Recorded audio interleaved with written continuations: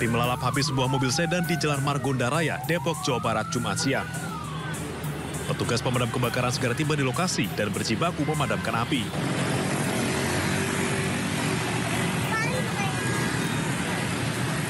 Menurut pemilik mobil, api pertama kali muncul dari bawah dashboard mobil. Pemilik mobil pun langsung keluar dari mobil untuk menyelamatkan diri. Adapun mobil tua ini baru dibeli oleh pemiliknya. Baru bener semalam, saya belum ada sehari megang. Oh gitu. Baru banget ngambil semalam. Belum dicek ke bengkel ya Pak? Ya mau baru ini. Tadi itu saya mau ngecek ke bengkel. Mau coba dibenerin apa yang harus dibenerin kan. Tapi udah keburu ya terbakar. Kebakaran diduga akibat korsleting listrik pada mesin mobil. Kemacetan parah juga sempat terjadi di sepanjang Jalan Margonda Raya. Dari Depok, Jawa Barat, Iu Rizky, iNews melaporkan.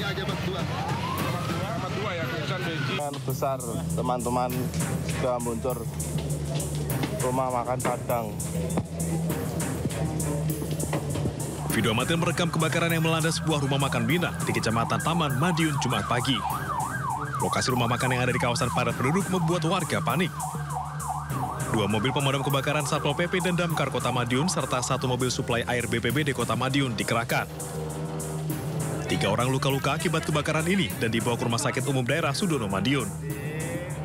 Kalau korbannya itu tadi agak ibunya, terus anaknya tadi yang keluar ke rumah saya satu yang kena luka bakar, terus sama mertuanya tadi yang di sini udah kayak udah merah itu. Sampai di lokasi dengan menurunkan 2 unit mobil penembak dan 1 unit mobil suplai dibantu dari BPBD, teman-teman alhamdulillah bisa segera memadamkan api. Api dapat dipadamkan dalam waktu sekitar 40 menit. Penyebab pasti kebakaran belum diketahui dan masih diselidiki Polres Madiun Kota. Dari Madiun, Jawa Timur, Arif Wahyu Effendi, iNews melaporkan.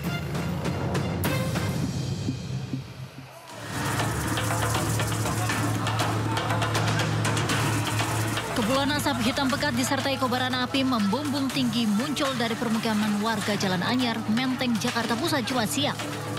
Belum diketahui pasti penyebab kebakaran, namun belasan rumah permanen dan semi permanen ludes terbakar.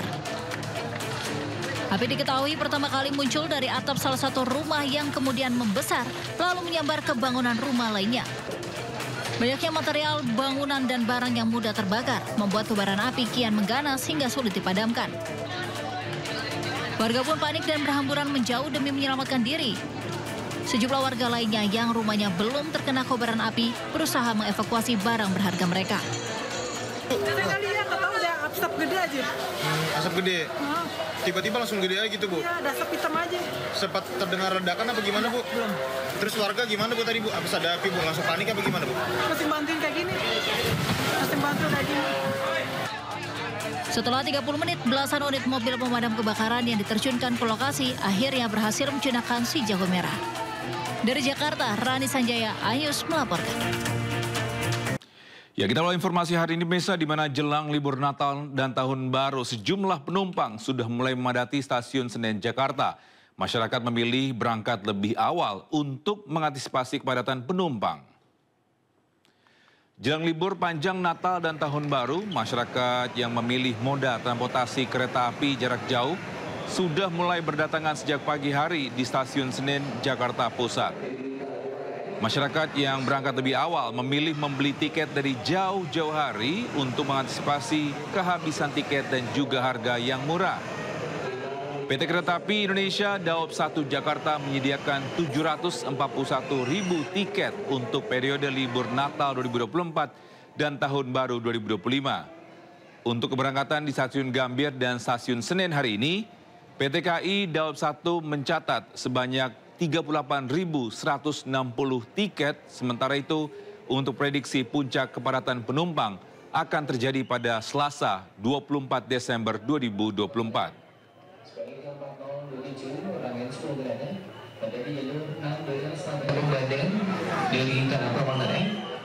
Sementara itu PT Kereta Api Daob 3 Cirebon ini menambah 7 rangkaian perjalanan kereta api pada masa angkutan libur Natal Desember 2024 dan Tahun Baru Januari 2025. Diprediksi puncak arus mudik Natal dan Tahun Baru terjadi pada 24 dan 29 Desember 2024. Pada masa angkutan Nataru ini, KAI Cirebon menyiapkan 74.500 kursi. Menghadapi masa angkutan Natal 2024 dan Tahun Baru 2025, PT Kereta Api Indonesia Daup 3 Cirebon telah melakukan sejumlah persiapan baik sarana dan prasarana, termasuk menambah 1 perjalanan kereta api fakultatif dan 2 transformasi atau gerbong tambahan. Penambahan perjalanan kereta api ini guna mengantisipasi terjadinya lonjakan penumpang selama masa angkutan Natal dan Tahun Baru. PT KAI Daup 3 Cirebon mencatat jumlah penumpang pada masa angkutan Natal dan Tahun Baru meningkat dibandingkan tahun 2023 lalu. Pada masa angkutan Natal dan Tahun Baru tahun ini, PT KAI Daup 3 Cirebon menyediakan 74.500 kursi. Dan sampai dengan hari ini, tepatnya H-5 Natal, jumlah tiket yang terjual sebanyak 8.500 tiket. PT KAI Daup 3 Cirebon memprediksi puncak arus mudik Natal dan Tahun Baru pada tanggal 24 dan 29 Desember 2024. Untuk puncak arus balik libur Natal dan Tahun Baru, PT KAI Daup 3 Cirebon memprediksi akan terjadi pada tanggal 1 dan 2 Januari 2025. Untuk penambahan rangkaian kereta itu ada penambahan stam formasi sampai dengan maksimal. Ditambahkan pada rangkaian kereta api Argo Cirebon dan Ranggajati. Sedangkan untuk penambahan perjalanan kereta api Argo Cirebon fakultatif juga dijalankan. Tujuan dari Cirebon ke Gambir dan dari Gambir. Sementara itu jumlah tiket kereta api yang terjual di wilayah Daup 3 Surabaya melonjak. Dari 436.000 tiket yang disediakan, sebanyak 182.000 tiket atau 42% telah terjual. Masa angkutan libur Nataru di wilayah Daup 8 Surabaya terjadi lonjakan jumlah penumpang. Di stasiun Surabaya Gubeng sejak Jumat siang sudah ramai oleh penumpang yang akan berangkat. Diperkirakan di hari kedua masa angkutan libur Nataru, Daup 8 Surabaya, ini jumlah penumpang yang berangkat lebih dari 20.000 penumpang. Jumlah ini meningkat dibanding hari pertama masa libur Nataru kemarin yang mencapai lebih dari 15.000 penumpang yang berangkat dari berbagai stasiun di wilayah Daup 8 Surabaya. Selama masa libur Nataru, Daup 8 Surabaya mengoperasikan 46 kereta jarak jauh reguler dan 8 kereta tambahan. Sementara puncak arus mudik di wilayah Daup 8 Surabaya diprediksi terjadi tanggal 21 Desember 2024. Kota favorit tujuan penumpang diantaranya ke Jakarta, Bandung, Yogyakarta, Jember, dan Banyuwangi. Masa angkutan Nataru mulai tanggal 19 Desember hingga 5 Januari 2025 tercatat sebanyak 182.901 tiket kereta api telah terpesan untuk keberangkatan di masa tersebut. Pada masa Nataru ini, Daup 8 Surabaya setiap harinya mengoperasikan 54 keberangkatan kereta api jarak jauh, terdiri dari 46 kereta api jarak jauh reguler dan juga 8 kereta api tambahan dengan total tempat duduk sebanyak 30.582 setiap harinya dengan berbagai kota tujuan. Bisa libur Natal dan Tahun Baru, volume kendaraan arah puncak terpantau mulai padat. Petugas menerapkan ganjil genap yang berlaku mulai Jumat hingga Minggu pekan ini. Ya, kita ke informasi selanjutnya di mana memasuki libur panjang Nataru ini gerbang tol Cikatama masih terpantau ramai lancar. Meski masih terpantau belum ada kepadatan, pihak Jasa Marga sudah memulai memberlakukan sistem kontraflow ruas jalan Jakarta Cikampek dari KM 47 hingga 70.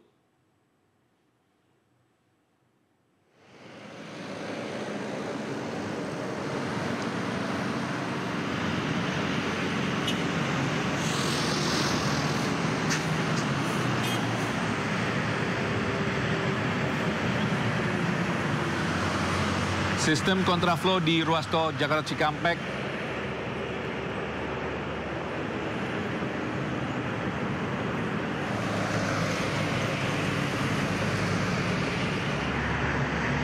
Ya, sistem kontraflow di ruas tol Jakarta Cikampek diterapkan sejak pukul 6 pagi hingga 8 malam di kilometer 47 hingga 70. Nantinya pihak Jasa Marga juga akan berencana melakukan sistem kontraflow di beberapa hari ke depan seperti tanggal 24, 26, 28 Desember hingga 1 Januari 2025 dengan rincian pemberlakuan mulai pukul 6 pagi hingga 12 siang. Selain itu, Jasa Marga di momen Nataru kali ini memberikan diskon tarif tol ini 10% untuk semua golongan pada 3 hari tertentu mulai tanggal 19, 28 Desember 2024 dan 3 Januari 2025.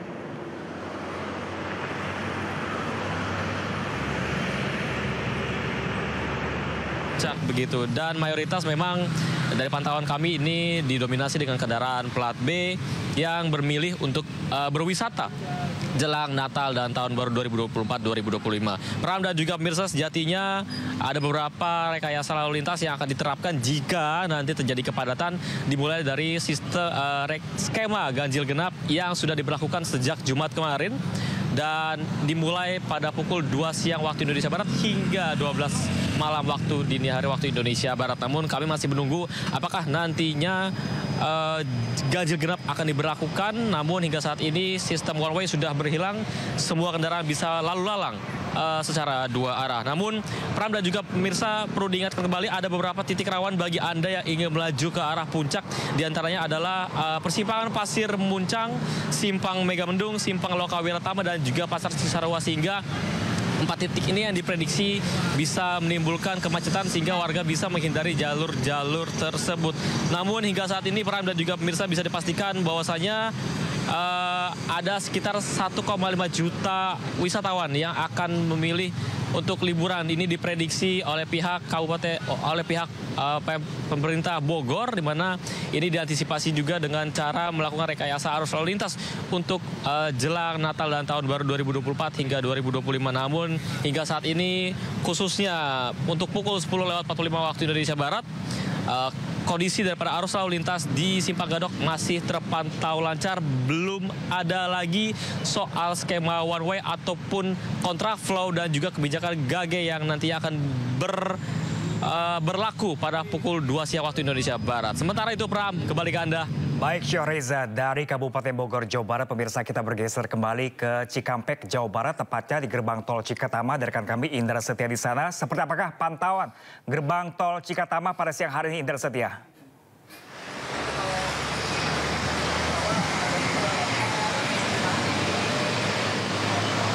Ya, selamat siang Pram dan juga pemirsa. Dapat menginformasikan bahwa saya tepat di momen libur weekend dan bertepatan juga dengan memasuki libur panjang di momen Natal dan Tahun Baru periode 2004 hingga 2025.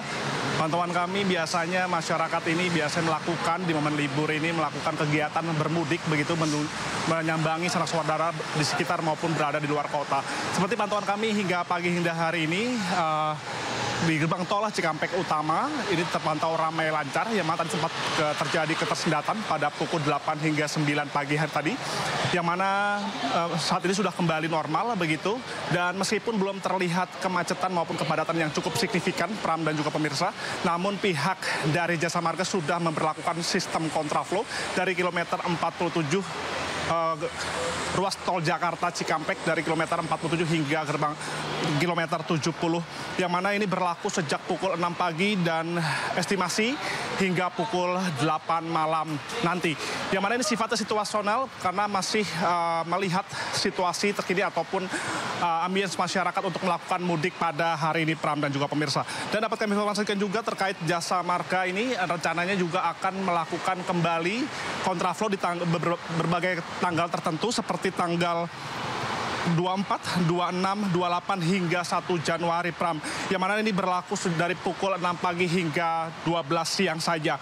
Dan diketahui pada masyarakat yang melakukan kegiatan bermudik di momen Natal dan Tahun Baru periode kali ini, yang mana pihak Jasa Marga melakukan diskon tarif tol Pram sebesar 10%, yang mana ini di hari ataupun tanggal 19, 28 dan juga 3 Januari 2025. Begitu Pram. Dan kami juga akan terkait sistem one way, yang mana kepolisian juga dan jasa marga juga bekerja sama untuk selalu mengoptimalkan informasi terkait data ataupun jumlah para pemudik yang melakukan atau melintasi gerbang tol Cikampek Utama ini pada hari ini, yang mana untuk sistem one way ini sifatnya situasional dan akan diberlakukan, namun dilihat kembali jumlah ataupun ambience dari masyarakat melakukan arus mudik pada momen Nataru pada tahun kali ini. Dan dapat kami informasikan juga terkait bahwasanya diskon ini akan tetap diterapkan selama 3 hari saja, Pram. Jadi dihimbau masyarakat untuk yang ingin merasakan diskon ini akan diterapkan di hari-hari tersebut untuk bisa mendapatkan tiket ataupun diskon tarif tol tersebut. Dan bagi Anda yang melakukan arus balik di momen Nataru ini, dipastikan kendaraan Anda dalam keadaan prima, dan ketika Anda lelah, Anda bisa langsung beristirahat di kilometer 57, di mana situ ada rest area begitu Pram, untuk Anda bisa beristirahat sejenak sebelum melanjutkan perjalanan Anda menuju kota tujuan di Pulau Jawa dan sekitarnya. Sementara itu Pram, dapat informasikan dari GT Cikampek Utama. Kembali ke Anda. Baik, langsung dari gerbang tol Cikampek Utama, Indra Setia. Sekarang kita beralih pemirsa ke tol Jakarta Cikampek, tepatnya di kilometer 55. Ada rekan kami Rudi Setiawan di sana. Rekan Rudi, seperti apakah kondisi terkini di sana jika di Cikampek Utama masih ramai lancar? Bagaimana dengan di tol Jakarta Cikampek kilometer 55? Ya, selamat siang Pram, saudara. Dan kami informasikan untuk update terkini di jalur kilometer 55. Saya berdiri ini arus lalu lintas di jalur tol Jakarta Cikampek terpantau ramai lancar, volume kendaraan terus meningkat signifikan jelang libur Natal dan Tahun Baru 2025. Berdasarkan pantauan langsung dari kilometer 39 hingga kilometer 56, kendaraan pribadi, angkutan barang, bus pariwisata serta truk besar untuk kecepatan kendaraan melintasi di jalan tersebut rata-rata antara 30 sampai 40 km per jam. Menurut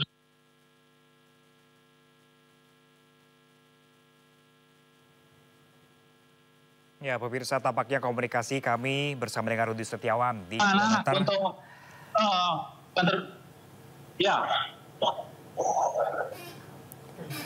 Ya, rekan Rudi. Ya, bisa dilanjutkan laporannya, rekan Rudi. Ya, baik. Sementara untuk pada Sabtu pagi menjelang siang, karena kondisi terus ramai, petugas akhirnya menerapkan sistem kontraflow, yaitu jalur lalu lintas pada pukul tadi 09.40 yang memperlakukan sistem kontraflow, di mana memang tadi ada terjadi kepadatan dan kemacetan sehingga diberlakukan sistem kontraflow. Dan kami juga melihat di belakang kami ini saat ini diberlakukan kontraflow, sepertinya diperpanjang dari kilometer yang awalnya dari kilometer 55 yang saat ini diberlakukan sampai kilometer 65. Namun saya melihat dari kilometer 55 kembali diperpanjang menjadi di kilometer, yaitu kilometer antara 47, sehingga untuk mengurai kemacetan. Dan memang untuk arus kendaraan saat ini terus semakin meningkat. Yang dapat kami informasikan bahwa pada kepadatan di jalur kilometer 55 ini karena titik-titik di beberapa ada tempat-tempat yang memang menjadi tipe kemacetan. Ya, sementara itu yang dapat kami informasikan. Sementara kembali ke Anda, Ram. Baik, terima kasih banyak Rudi Setiawan langsung dari tol Jakarta Cikampek di kilometer 55. Tadi sebelumnya rekan kami ada Indra Setia di gerbang tol Cikatama dan juga Syahriza Zans. Ya, pemirsa, ini situasi terkini di Gereja Katedral Jakarta, di mana Wakil Presiden Republik Indonesia Gibran Raka Buming Raka ini telah tiba di gereja dan menyapa para warga.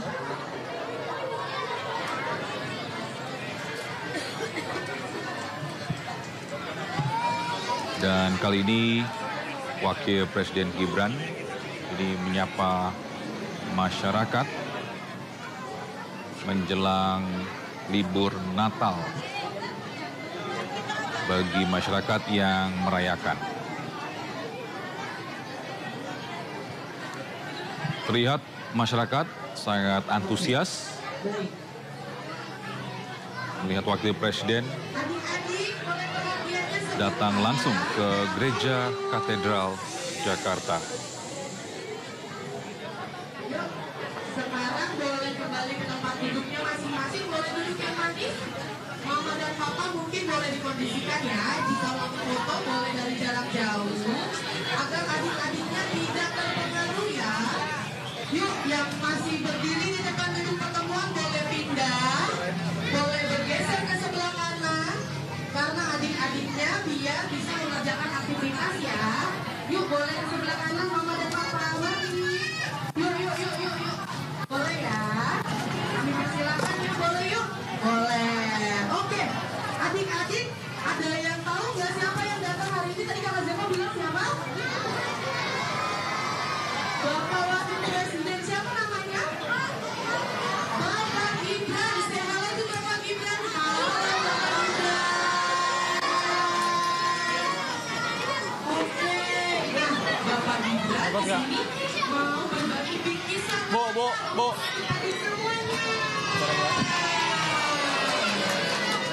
Mungkin boleh diwakilkan ya Pak ya, sama salah satu anak ya Pak. Romeo boleh ke depan.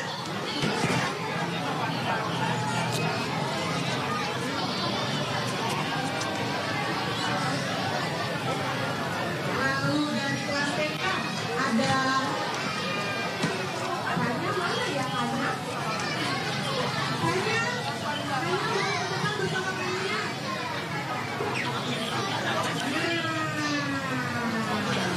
Ini berapa?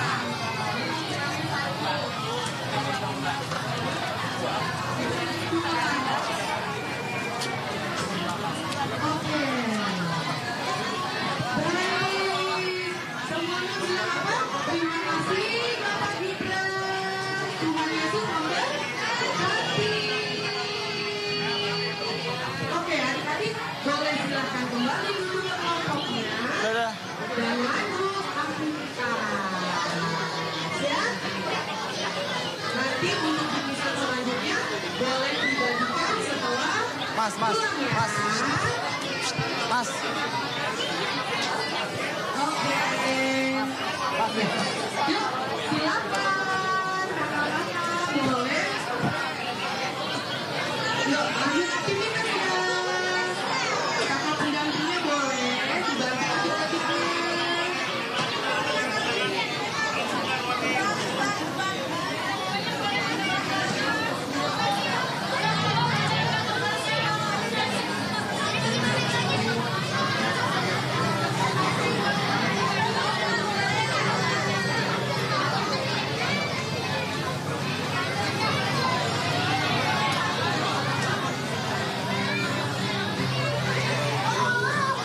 Oke. Yuk adik-adik kita kembali fokus ya untuk mengerjakan aktivitas ya.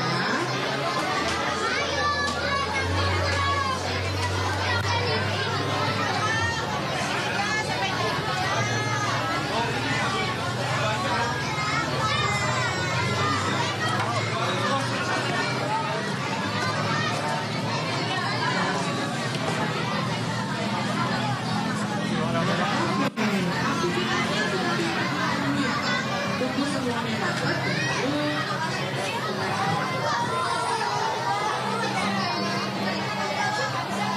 Mungkin Bapak Gibran boleh ke sini Pak. Kita foto sama-sama dan Mama dan Papa mohon maaf boleh bergeser karena ini anak-anak yang akan foto bersama ya. Boleh tolong dibantu ya Kakak. Kakak Teh. Boleh tolong Mama dan Papa boleh bergeser. Anak-anak yang akan foto bersama. Boleh bergeser. Mau geser Jo, sana Jo. Boleh. Boleh bergeser ke kanan. Ya.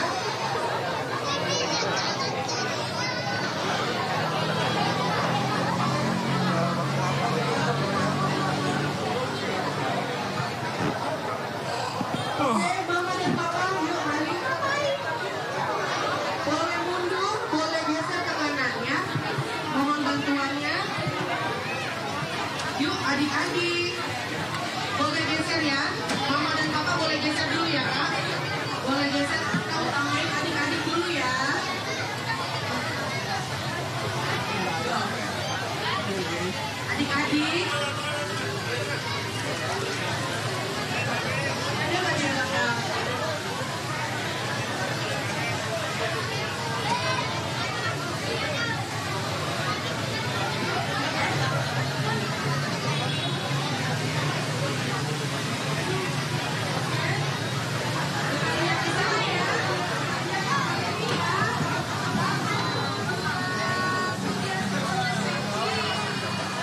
Terima kasih masih bersama kami di Sindo Siang. Bisa diduga pengemudi mengantuk sebuah mobil menabrak truk tronton yang parkir di pinggir jalan raya Pampangan, Lubek, Padang, Sumatera Barat. Tidak ada korban jiwa namun pengemudi mobil luka ringan.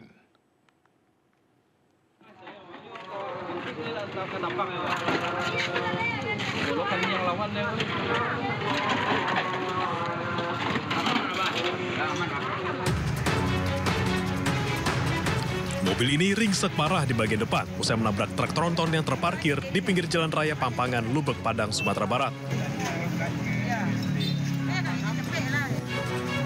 Mobil membawa 5 wisatawan asal Jambi melaju dari arah Teluk Bayur menuju Simpang Lubek.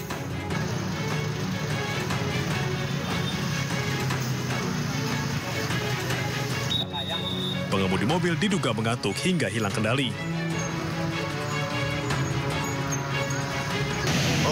Orang ini dari Jambi mau penempur ke Padang, jadi menabrak mobil kontainer yang sedang terparkir. Berkemungkinan supir dalam keadaan mengantuk, dan untuk korban yang menabrak mobil kontainer tadi sudah kita buka juga ke rumah sakit. Tidak ada korban jiwa dalam peristiwa ini, namun pengemudi mobil mengalami luka ringan dan dilarikan ke rumah sakit Rekso Diwiryo, Ganting, Kota Padang. Dari Padang, Sumatera Barat, Budi Sunandar, iNews melaporkan. Sementara itu, hujan deras yang melanda Jakarta sepanjang siang hingga malam mengakibatkan sebuah pohon mahoni setinggi 15 meter di Taman Suropati, Menteng, Jakarta Pusat tumbang dan menimpa mobil mewah serta pengendara motor. Pengendara motor harus dilarikan ke rumah sakit karena kondisinya tak sadarkan diri.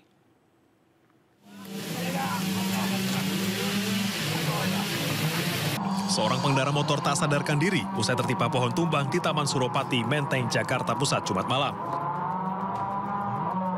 Sejumlah warga yang panik langsung mengevakuasi korban menggunakan ambulans untuk dilarikan ke Rumah Sakit Cipto Mangunkusumo. Selain menimpa pengendara motor, pohon juga menimpa sebuah mobil mewah yang sedang terparkir hingga mengalami kerusakan parah pada bagian atap. Pohon jenis mahoni setinggi 15 meter itu mendadak tumbang saat hujan deras disertai angin kencang melanda Jakarta selama beberapa jam. Mobil sama motor 5 orang satu. Itu ada 2 korbannya. Itu motor yang lagi melintas apa gimana, Bang? Melintas motor. Lagi melintas. Luka-luka, Bang? Ya agak kelengar sih dikit. Itu pingsan orangnya. Oh, pingsan. Itu. Udah dibawa, Bang, tadi, Bang? Udah dibawa ke rumah sakit. Rumah sakit mana? Pohon apa? Pohon mahoni. Petugas Dinas Pertamanan dan petugas damkar langsung berupaya mengevakuasi batang pohon yang melintang di badan jalan. Selama proses evakuasi, pengendara yang akan melintas dari arah Jalan Tuku Umar menuju Diponegoro terpaksa dialihkan ke jalur lain. Dari Jakarta, Rani Sanjaya, iNews melaporkan. Viral di media sosial, seorang oknum anggota polisi menantang carok warga yang hendak membuat laporan kehilangan STNK. Polisi sebut kejadian itu hanya kesalahpahaman dan sudah diselesaikan secara damai. Ini anggota yang nantang carok ya. Ini anggota yang nantang carok. Nantang carok ini. Yo, kan itu jangan membela anggota yang salah. Saya tidak membela. Lah apa sampai gertak-gertak saya tadi? Sampai dengan gertak. Siapa? Dia kan yang nantang carok ya. Ya.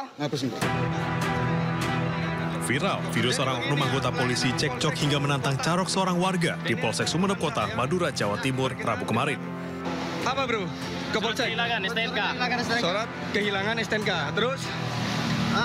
Saya sudah menunggu lama. Dan akhirnya datang 2 orang. 2 orang itu selesai duluan. Saya sudah setengah jam lebih di sini. Beliau nyatanya baik-baik. Ya. Saya nanya baik-baik, sudah selesai apa enggak. Itu polisi yang arogan itu tiba-tiba bilang kayak gitu. Nantang carok ya? Barusan nantang carok. Nantang carok ya? Kejadian bermula ketika warga berinisial F datang ke Polsek Sumeneb Kota untuk melaporkan kehilangan STNK sepeda motor. Saat proses pembuatan laporan STNK berlangsung, seorang warga lain datang untuk melaporkan kehilangan KTP. Apa kau? Merasa tak terima karena pelapor lain didahulukan, F meminta laporannya agar diproses lebih cepat, sembari mengaku sebagai anggota LSM. Jadi ini adalah teman saya berkenan dengan pelayanan di Tantang Carok. Terkait proses pelaporan STNK dan KTP itu prosesnya berbeda. Jadi memang perlu waktu. Dari situ dari saudara Fakih merasa tersinggung karena dia datang duluan kok dilayani terakhir. Itu yang datang lambat. Menindaklanjuti peristiwa ini, pihak Polres Sumeneb menggelar mediasi. Kini para pihak yang berseteru sudah berdamai atas kesalahpahaman yang terjadi. Dari Sumeneb, Jawa Timur, Faris Purnama, iNews melaporkan. Sementara itu, seorang anggota polisi tewas setelah dianiaya sopir mobil pengangkut BBM ilegal di Kabupaten Pasir, Kalimantan Timur. Kini kedua tersangka beserta barang bukti telah diamankan.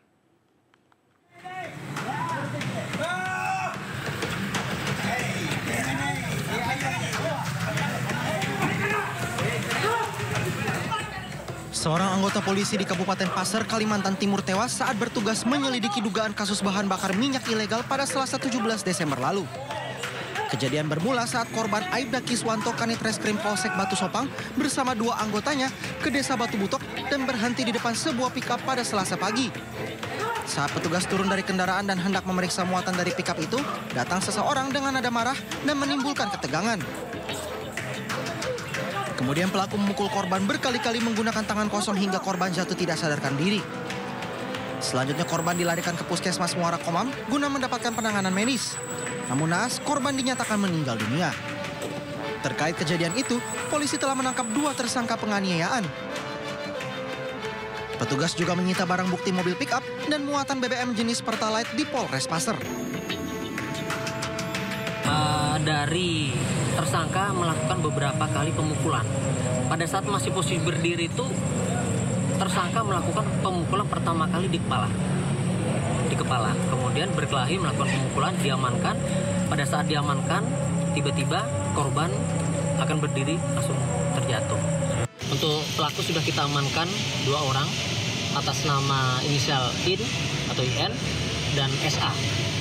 Sekarang sedang dilakukan proses pemeriksaan di unit reskrim lantai 2 untuk melakukan pendalaman. Sementara itu jenazah Aibda Kiswanto, anggota polisi korban penganiayaan, telah dimakamkan di kampung halamannya di Lamongan, Jawa Timur pada Rabu malam. Tim Liputan iNews melaporkan. Kembali bersama kami di Sindo Siang, pemirsa. Presiden Prabowo Subianto menghadiri KTT D8 yang digelar di Kairo, Mesir. Dalam pidatonya, Prabowo mengajak negara-negara D8 untuk mengesampingkan perbedaan dan bersatu membela Palestina. Tiba di The New Capital President Palace, Kairo, Mesir, Presiden Prabowo disambut Presiden Mesir Abdel Fattah el-Sisi. Saat sampaikan pidato di depan pimpinan negara anggota D8, Presiden ajak anggota 8 negara berkembang D8 ini untuk mendorong pertumbuhan ekonomi demi mendukung dan memberi bantuan Palestina. Presiden Prabowo juga menekankan bahwa tanpa persatuan dan tanpa atasi perbedaan, kelompok D8 tidak bisa kuat dalam menghadapi situasi geopolitik yang saat ini terjadi. The Indian and the Pacific Oceans, once again, we must learn from the geopolitical situation that's happening around us now. Without unity, without overcoming our differences, we cannot be strong. We say that we support Palestine, but if we are weak, how can we support Palestine? For that, D8 must be united. We must work together to be united. We must leave behind our differences. We must look for the greater good of our peoples. Without unity, without integration, we will be weak. And if we are weak, we will be exploited. That is the law of history. Pemirsa, Menteri Hukum Supratman Andi Adgas resmi mengakui kepengurusan PMI di bawah kepemimpinan Yusuf Kala berdasarkan kajian AD Arte PMI Indonesia. Sebelumnya kursi Ketua Umum PMI menjadi rebutan antara Yusuf Kala dan Agung Laksono yang menggelar munas tandingan usai JK ditetapkan sebagai Ketua Umum PMI pada Musyawarah Nasional ke-22 PMI. Usai kisruh perebutan kursi Ketua PMI 2024-2029, petahana Ketua Umum PMI Yusuf Kala menyebut tindakan Agung Laksono menggelar Musyawarah Nasional atau Munas Tandingan merupakan tindakan ilegal.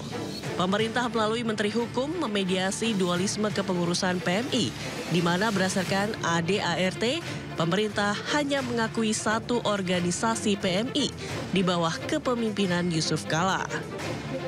Kami telah menyerahkan balasan surat yang diajukan oleh pengurus Palang Merah Indonesia di bawah kepemimpinan Bapak Haji Yusuf Kala, dan sekaligus kami memberi jawaban bahwa pemerintah melalui Kementerian Hukum telah menerbitkan balasan surat yang pada intinya sesuai dan setelah kami melakukan kajian berdasarkan anggaran dasar dan anggaran rumah tangga dari Palang Merah Indonesia, maka Kementerian Hukum memberi pengakuan atas anggaran dasar dan anggaran rumah tangga sekaligus pengurus baru Palang Merah Indonesia di bawah kepemimpinan Bapak Haji Muhammad Yusuf Kala.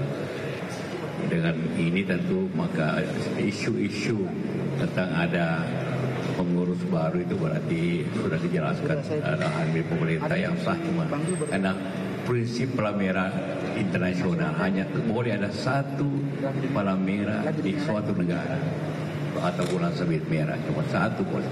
Nah, karena itu kalau telah tadi aku pemerintah maka secara sah, maka saya kira persoalannya telah selesai, dan tentunya teman-teman yang ada di pihak ya bisa jadikan organisasinya menjadi organisasi sosial, organisasi membantu masyarakat, silakan aja, tapi tidak atas nama PMI.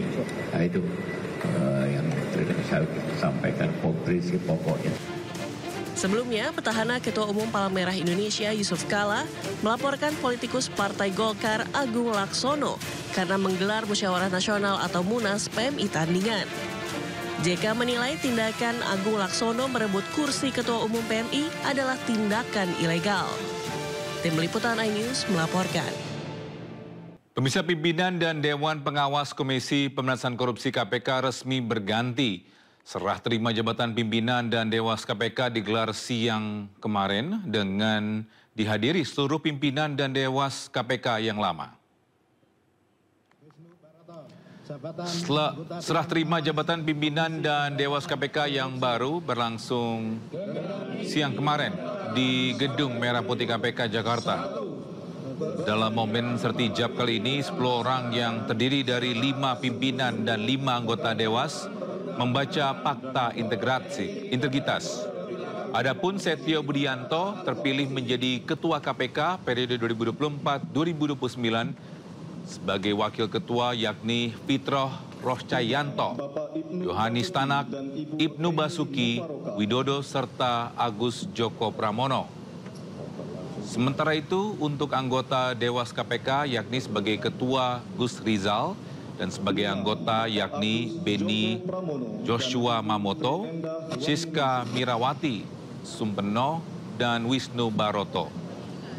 Dengan dilakukannya sertijab kali ini menandakan pimpinan dan Dewan Pengawas Komisi Pemberantasan Korupsi resmi berganti. Tiba giliran kita untuk melanjutkan perjuangan yang sudah ditorehkan oleh senior-senior kita. Apa yang sudah ditorehkan, pengabdian dan bakti yang sudah dilaksanakan, selanjutnya menjadi tugas kita untuk kita laksanakan dengan... Informasi selanjutnya, pemirsa, mantan Menteri Komunikasi dan Informatika Budi Aris Setiadi diperiksa di Barreskrim Polri Kamis siang. Ketua Umum Projo itu diperiksa 7 jam dalam perkara dugaan korupsi dan gratifikasi di Kominfo. Setelah 7 jam diperiksa di Barreskrim Polri, mantan Menkominfo Budi Aris Setiadi keluar dari ruangan pada Kamis sore.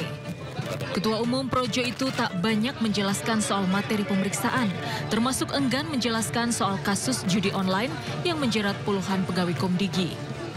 Mengenai materi dan isi keterangan yang saya berikan hari ini, silakan ditanyakan kepada pihak penyidik yang berwenang.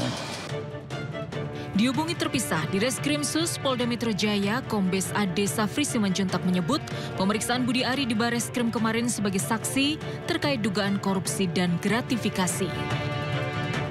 Dugaan korupsi itu menguat saat kepolisian mengungkap kasus judi online yang melibatkan 11 pegawai Komdigi Oktober lalu. Saat itu kementerian di bawah kepemimpinan Budi Ari Setiadi. Para pelaku memanfaatkan kewenangan mereka untuk melindungi situs judi online. Modusnya, para pegawai Komdigi meminta uang setoran dari pemilik website judi online dengan imbalan website tidak diblokir. Dari kong kali kong ini, pegawai Komdigi mendapat 8,5 miliar rupiah per bulan. Tim Liputan iNews melaporkan. Pemirsa, Kabid Humas Polda Metro Jaya Kombes Pol Ade Ari Syam Indradi membenarkan pemeriksaan terhadap mantan Menkominfo Budi Ari Setiadi. Budi Ari diperiksa selama 6 jam di gedung Bareskrim Polri Kamis 19 Desember kemarin. Kayaknya saya harus mepet ya. Kombes Pol Ade Ari menyebut tim penyidik mencecar 18 pertanyaan ke Budi Ari terkait dugaan penerimaan hadiah atau janji gratifikasi oleh oknum penyelenggara di Kemenkominfo tahun 2023 dan Komdigi periode 2022-2024. Pemeriksaan dilakukan oleh penyidik gabungan dari Subdit 3 Tipikor, Ditreskrimum Polda Metro Jaya dan Kortas Tipikor Polri. Budi Ari diperiksa sebagai saksi setelah sebelumnya penyidik juga memeriksa 25 saksi lain terkait kasus mafia situs judi online yang melibatkan pegawai Komdigi.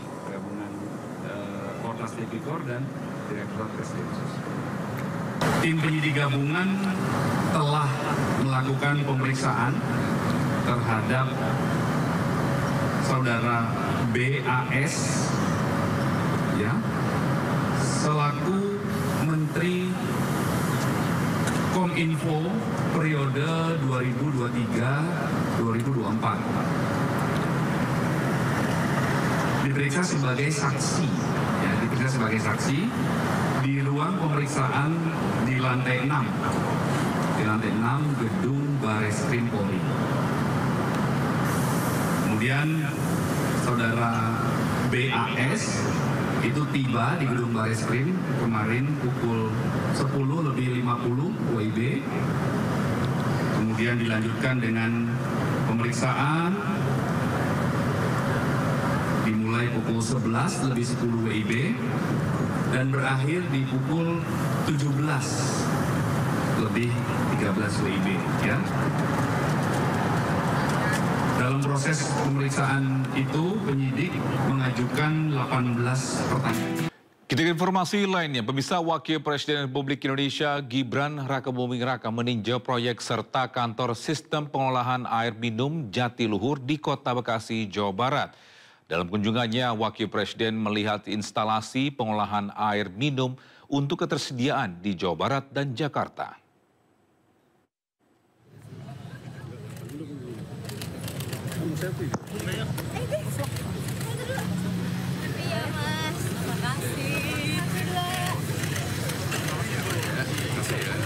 Ya, dalam kunjungannya, Wapres Gibran didampingi Wamen PU dan Direktur Utama Espam Jatiluhur melihat kantor pengolahan air minum untuk ketersediaan di wilayah Karawang, Kabupaten Bekasi, Kota Bekasi, dan Jakarta. Gibran menjelaskan kondisi air yang bersih sangat berpengaruh untuk mengatasi stunting. Ketersediaan air bersih menjadi faktor penting yang bisa dikonsumsi ibu dan bayi agar terhindar dari stunting. Sistem pengolahan air minum Espam Jatiluhur resmi beroperasi secara komersial pada 18 Desember 2024 kemarin. Espam Jatiluhur memenuhi kebutuhan air berkualitas untuk 1,9 juta jiwa di Kabupaten Karawang, Bekasi, serta Jakarta. Banyak hal yang harus kita atasi masalah dari ibu hamilnya, bayinya, buat makanannya, minumannya, sanitasinya, drainasenya, dan yang paling penting adalah kebersihan airnya. Ini kita ini jadi untuk mengecek kesiapan. Pemirsa, pemerintah menyatakan barang kategori mewah akan dikenakan PPN sebesar 12% mulai 1 Januari 2025. Kepala Badan Kebijakan Fiskal atau BKF Kementerian Keuangan Febrio Nathan Kacaribu menyebut kebijakan PPN 12% ini akan lebih diarahkan bagi kelompok masyarakat menengah atas demi memperkuat asas keadilan. Pemerintah menyatakan barang kategori mewah seperti makanan mewah, jasa kesehatan VVIP, hingga jasa pendidikan dengan SPP mahal akan dikenakan PPN sebesar 12% mulai 1 Januari 2025. Kepala Badan Kebijakan Fiskal atau BKF Kementerian Keuangan Febrio Nathan Kacaribu menjelaskan bahwa PPN atas barang dan jasa mewah menjadi upaya pemerintah dalam mendorong asas keadilan dalam sistem perpajakan. Dalam kajian BKF, sekitar 50% belanja perpajakan di bidang PPN selama ini ternyata dinikmati oleh orang-orang kaya. Maka dengan prinsip keadilan, Febrio menilai sangat wajar jika pemerintah akan mengenakan PPN 12% bagi komoditas yang hanya dikonsumsi orang kaya. Dengan kata lain, kelompok orang kaya yang berada pada masyarakat desil 9 dan 10 akan dikenakan pajak PPN yang lebih tinggi. Sementara masyarakat menengah kecil yang berada di desil 1 hingga 8 tetap mendapat insentif PPN. Harapannya belanja perpajakan atau insentif PPN yang selama ini belum tepat sasaran akan semakin lebih adil. Ini sudah mayoritas dinikmati oleh menengah ke atas. Justru yang miskin rentan sama aspiring middle class itu memanfaatkannya itu tadi totalnya setengah dari itu. Jadi desil 1 sampai desil 8 itu kurang lebih setengah. Desil 9, 10 itu setengah sendiri, menikmati dari 265 triliun tersebut. Nah makanya dengan prinsip keadilan, asas keadilan tentunya sangat wajar kalau kemudian kita mengatakan ya sebaiknya yang desil 9 dan 10 itu boleh membayar lebih banyak. Kementerian Keuangan memproyeksikan belanja perpajakan dari PPN pada 2025 mencapai 265,6 triliun rupiah. Melalui pengenaan PPN atas barang dan jasa mewah, nantinya belanja perpajakan atau insentif PPN yang belum tepat sasaran akan semakin turun.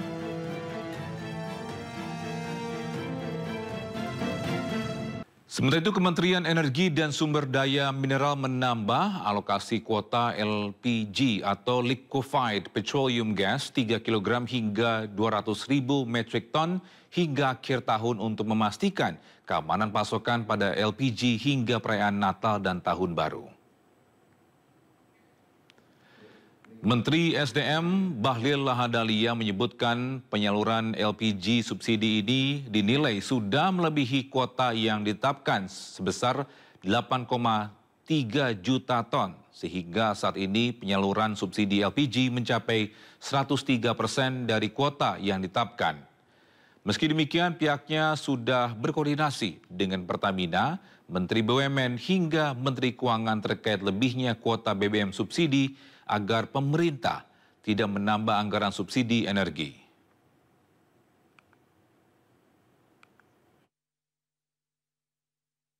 Untuk mengatasi biar LPG 3 kilo ini nggak makin Udah saya jalankan perintah Pak Simon. Apa Pak? Udah clear, nggak ada lagi. Jadi ada terjadi memang penambahan kuota. Tapi penambahan kuota ini tidak berdampak pada penambahan subsidi. Dan saya dengan Pak Simon sudah rapat dan sudah kami rapatkan dengan Menteri Keuangan dan Menteri BUMN, udah clear. Dan saya juga sudah laporkan ke Bapak Presiden lewat ratas, ya. Pemirsa, Badan Pengatur Hilir Minyak dan Gas Bumi atau BPH Migas memastikan pasokan BBM hingga LPG aman selama perayaan Natal dan Tahun Baru.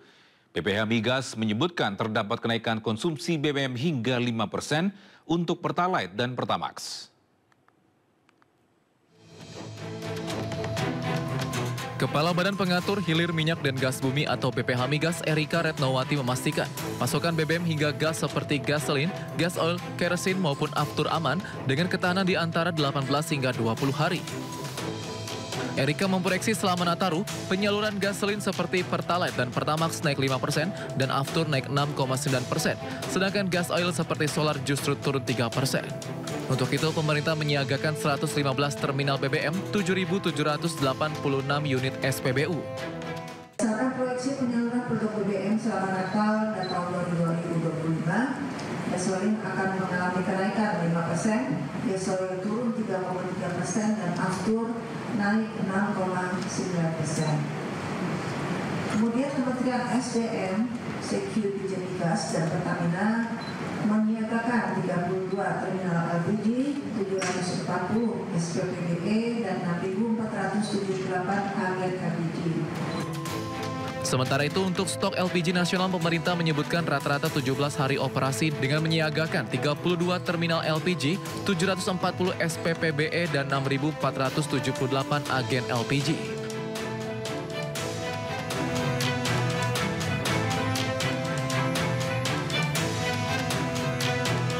Sementara itu, laga Indonesia melawan Filipina pada laga Grup B ASEAN Cup 2024 menjadi momen krusial. Hasil dalam laga ini akan turut menentukan peluang skuad Garuda lolos ke babak semifinal dan berikut skenario skuad Garuda untuk lolos ke 4 besar.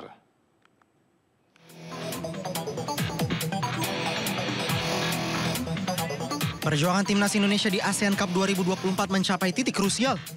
Skuad Garuda akan menghadapi Filipina pada laga pamungkas Grup B di Stadion Manahan, Solo, Jawa Tengah. Laga ini menjadi penentu langkah Indonesia ke semifinal dengan sejumlah skenario yang perlu diperhatikan. Saat ini persaingan di Grup B sangat ketat. Vietnam memimpin klasemen dengan 7 poin dari 3 laga, diikuti Indonesia dan Myanmar yang masing-masing mengoleksi 4 poin dari 3 laga. Sementara Filipina di posisi keempat dengan 3 poin dari 3 pertandingan. Sedangkan Laos menjadi juru kunci dengan 2 poin dari 4 laga. Hasil laga terakhir akan menentukan nasib Vietnam, Indonesia, Myanmar, dan Filipina. Skenario terbaik bagi timnas Indonesia adalah meraih kemenangan atas Filipina yang cukup untuk mengunci tempat di semifinal, setidaknya sebagai runner-up grup. Namun jika Myanmar menang atas Vietnam, maka 3 tim akan memiliki 7 poin. Peringkat akan ditentukan melalui selisih gol.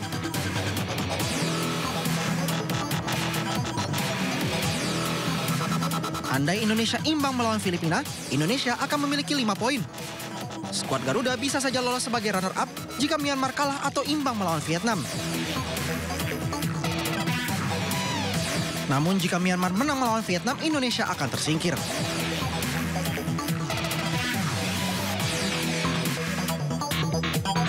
Seandainya Indonesia kalah, Indonesia dipastikan gagal lolos karena poin maksimal yang bisa diraih hanya 4, sementara Filipina akan unggul dengan 6 poin.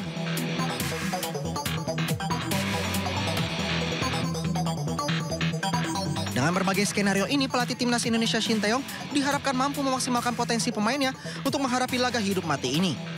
Dengan dukungan penuh supporter di Stadion Manahan, timnas Indonesia diharapkan tampil optimal untuk memastikan tiket ke semifinal. Pemirsa, imbas hasil yang kurang meyakinkan dalam ASEAN Cup 2024, peringkat FIFA Timnas Indonesia turun. Skuad Garuda turun 2 posisi dari periode peringkat FIFA sebelumnya.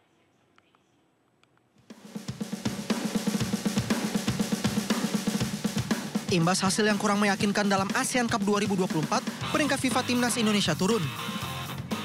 Penurunan ini akibat performa Timnas Indonesia yang tidak meyakinkan sepanjang 3 laga di Grup B ASEAN Cup 2024. Skuad Garuda hanya menang 1 kali melawan Myanmar dan imbang melawan Laos, sedangkan yang terakhir Indonesia tumbang di kandang Vietnam. Hasil ini membuat peringkat FIFA Indonesia turun 2 peringkat dari peringkat 125 ke peringkat 127. Skuad Merah Putih kehilangan 1,7 poin dalam peringkat FIFA periode 19 Desember 2024 dan membuat tim asuhan Shin Tae-yong kini mengoleksi 1.133,41 poin. Meski turun peringkat, Ketua Umum PSSI Erick Thohir menganggap wajar dan sudah memprediksi penurunan ini. Gak apa-apa, kan memang sudah diprediksi ketika kita menurunkan tim muda di AFF, pasti kan sudah ada perhitungan. Kemarin lawan Myanmar kita ingin menang.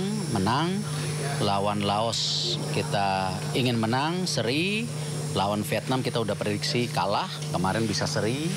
Nah, yang terakhir ini lawan timnas untuk Filipina harus menang. Jadi kalau target penurunan ranking memang kita sudah prediksi karena tim kita kan melawan tim senior dari banyak negara. Kini timnas Indonesia harus bangkit. Meski diisi para pemain muda, skuad Garuda diharapkan bisa menang melawan Filipina dalam matchday terakhir grup B demi mengunci tiket ke semifinal.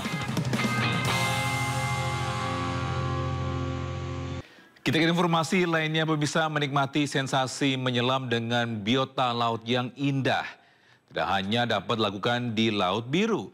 Di lokasi wisata Telaga Semeru yang berada di Desa Nguter, Kecamatan Pasuruan, Lumajang, Jawa Timur, pengunjung bisa memanjakan diri berenang bersama ikan-ikan kecil sambil menikmati panorama bawah air hanya dengan merogoh kocek senilai Rp10.000 saja.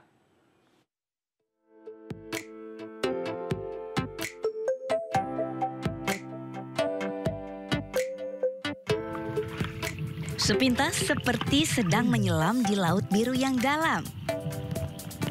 Eits, tapi bukan di laut, melainkan di telaga air kaki Gunung Semeru. Air berwarna biru berpadu dengan hijaunya aneka biota di dasar air, sangat memanjakan mata dan menyegarkan raga.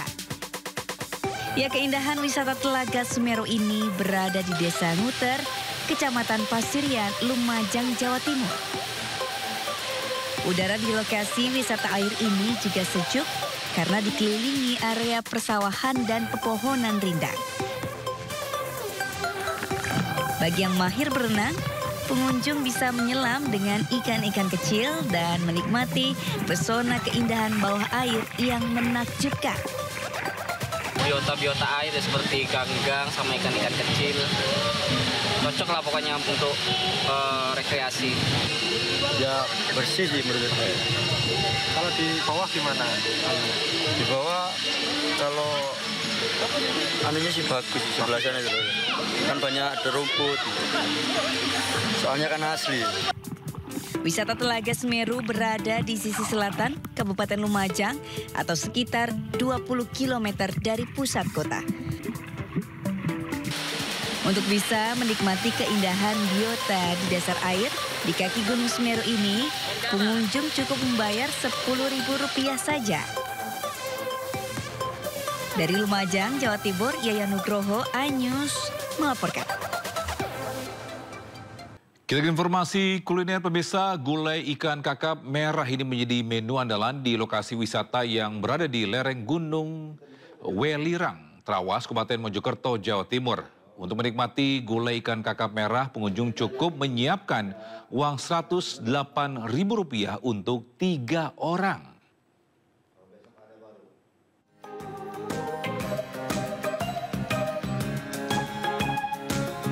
Siapa yang gak kenal dengan ikan yang satu ini? Yup, ikan kakap merah. Ikan laut yang satu ini memang lebih enak dari ikan-ikan pada umumnya. Nah, di sebuah kafe di lereng Gunung Welirang, Trawas, Kabupaten Mojokerto ada menu gulai ikan kakap merah.